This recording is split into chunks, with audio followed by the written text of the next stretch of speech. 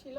তারপরে সে আমার বাগানে নিয়ে গেছে বাড়ির থেকে, নিয়ে গিয়ে বলছে আমার বিয়ে করব। সে আমার বিয়ে করে নেয়। আমার 10 দিন যাব ভিন্ন ভিন্ন জায়গায় রাখছে রাইখা, তারপরে ওর আব্বু আর ওর মামা গিয়ে আমার নিয়ে আসছে। আসার পরে বলছে তারা যে আমার বিয়ে করাই আনবো, কিন্তু তারা সমাজে সবাই বলছে যে আমার এই জিনিসটা দেখা দিব, কিন্তু তারা কেউই দেখা দেয় নাই। আজও পর্যন্ত কেউ আমার বাড়িতে গিয়ে আমার একটা সান্ত্বনা পর্যন্ত দেয় নাই। আমার বাবা অসুস্থ, আর তার বাবা টাকা পয়সা অনেক কিছু আছে দেখে আমি বিচার পাইতাছি না। আমি থানায় গেছি, থানা থেকে আমারে মানে দূর দূর সেট করে তারা দিচ্ছে। আমি কোর্টে গেছি, সিপিএ তদন্ত পাইছি, আজও পর্যন্ত আমার তদন্ত করতে আসে নাই। এখন আমি আপনাদের কাছে আমার একটাই দাবি, সে আমার ইজ্জত নিয়ে খেলামেলা করছে, আমি আমার ইজ্জতের বিচার চাই। কতদিন আগে এই ঘটনাটা ঘটছে? 22 তারিখ, 22/12/2024।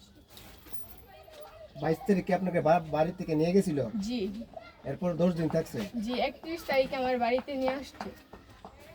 আপনার নাম? আমার নাম সাউদা। বাবা? বাবা বিল্লাহ হোসেন। গ্রাম? গ্রাম বাউতলা। ও এই গ্রামেরই? জি। বোতলটা দেখি। সে যদি আমার বিবাহ না করে, আমি এই বাড়িতে পড়ে এই জিনিস খাই আমি মারা যাবো। তারপরে সবাই দায়ভার দিতে হইব। আবার বলেন। আমি এই জিনিস খাই, সে যদি আমার বিবাহ না করে, সে আমার ইজ্জত নিয়ে নষ্ট করছে। সে যদি এখন আমার বিবাহ না করে, তাহলে আমি এই জিনিস খাই তার বাড়িতে আমি আত্মহত্যা করব। হাতে কি এটা? আমার হাতে এটা বিষ।